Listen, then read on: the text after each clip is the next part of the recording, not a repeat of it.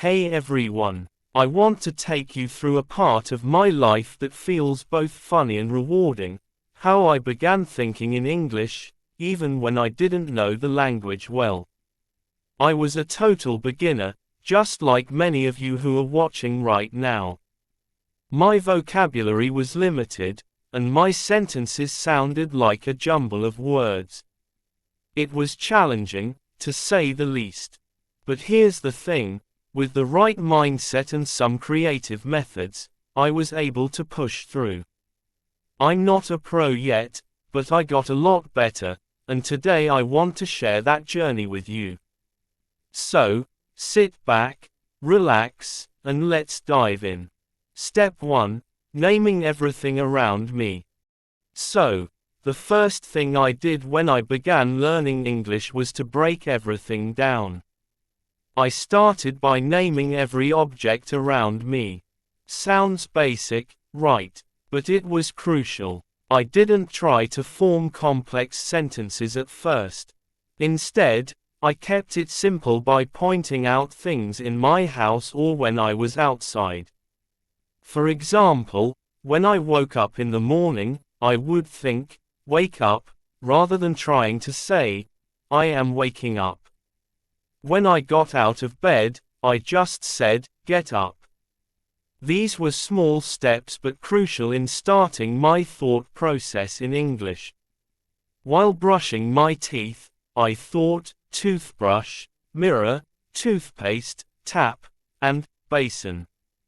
Everything around me had a name, and I didn't worry about the grammar yet. This practice helped me start associating English with everyday objects, and little by little, I built a mental picture of how the language worked. I remember when I was making breakfast, I said things like bread, egg, cup, and tea. These words were basic, yes, but each one was a building block that got me closer to understanding how sentences in English would come together. The beauty of this approach was that I wasn't focused on what I didn't know, but rather on what I did know. And the best part, it felt like I was learning by doing, without the pressure of forming perfect sentences. Step 2. Describing what I didn't know. Now, there were plenty of times I didn't know a word. Let's say I didn't know how to say, boiling, in English.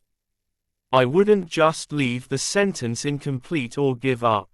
Instead, I tried to describe it in a simple way. I would say, when the water makes bubbles after you put it on the stove. It might sound a little odd, but it worked.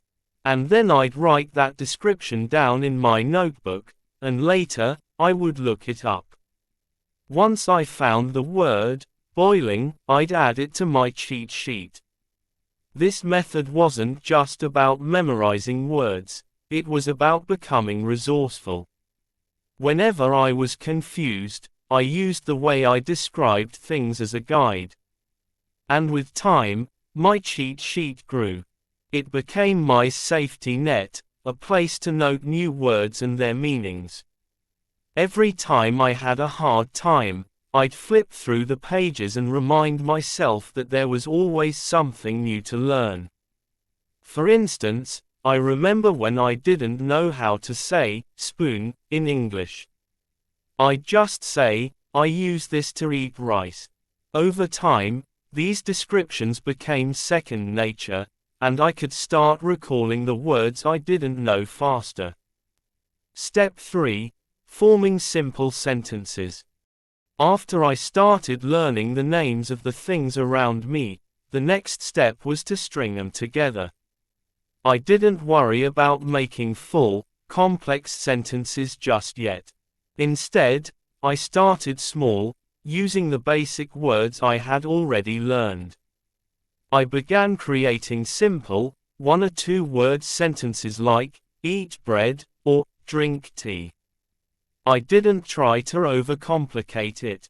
I just used what I knew and started to make little sentences about what I was doing. It felt a bit awkward, but that was normal. I wasn't trying to make the perfect sentence, I was just trying to communicate with the words I had. And believe me, I didn't get discouraged. It was all part of the process.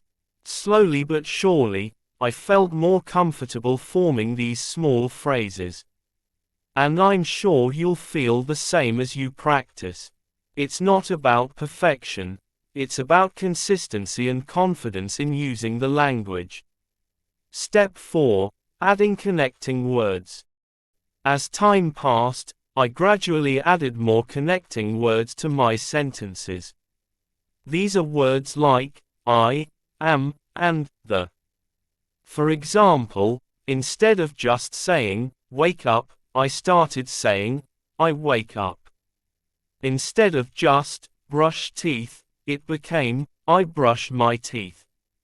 These additions didn't come easily at first. It felt a little clumsy at times, but I pushed through because I knew it was necessary for my progress. Each sentence still felt unnatural, but the more I used them, the more they started to feel like second nature. And you know what? I made a lot of mistakes along the way. I remember once saying, I waked her up, instead of, I wake up. It wasn't right, but it didn't matter. I didn't let it discourage me. Every mistake was just another opportunity to learn.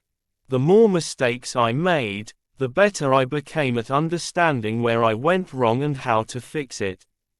And this, my friends, is the key. Don't be afraid to mess up. Mistakes are your best teachers. Step 5. Be the host of your own life show. Here comes one of the most fun and creative parts of my practice, pretending I was hosting my own life show. I'm not kidding, this really worked for me. Every time I was doing something like cooking or cleaning, I acted like I was a TV host explaining what I was doing in English. I remember cooking dinner one evening, and I was saying things like, now, we chop the onions, be careful with your knife. Or, look at that sizzle. It might sound silly, but it made me laugh, and it kept me motivated. Pretending I was hosting my own show helped me speak in a more fluid, natural way. I didn't worry about making mistakes in front of an audience, because in my mind, there was no audience. It was just me, speaking English without any pressure. I actually started enjoying the process of speaking out loud. In fact, I even caught myself smiling while saying things like, now we stir the curry, and it smells amazing. This practice didn't just help me with English, it also boosted my confidence. I was no longer afraid to speak out loud, and that made a huge difference. Looking back, I realize how far I've come. Thinking in English isn't something that happens overnight, but it is possible. What we discussed so far isn't about speaking fluently right away, but about training your brain to think in English. If you follow these steps, it will help you start thinking in English over time. We all want fast results, and it's tempting to look for shortcuts. Memorizing hundreds of daily use phrases is a great way to get started, but it can also limit your ability to express yourself in situations that don't fit those specific phrases. So, while memorizing phrases is helpful, it's just as important to train your mind to think in English. Even if you don't have a ready-made phrase for a situation, you'll have the words and tools to piece things together on the spot.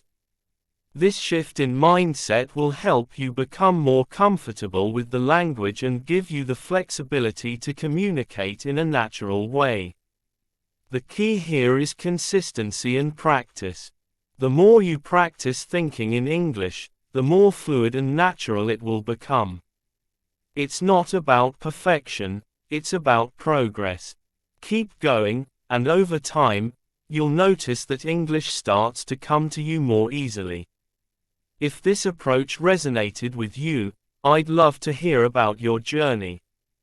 Leave a comment below and share your thoughts. And if you want more tips and stories like this, don't forget to like, share, and subscribe. See you in the next video.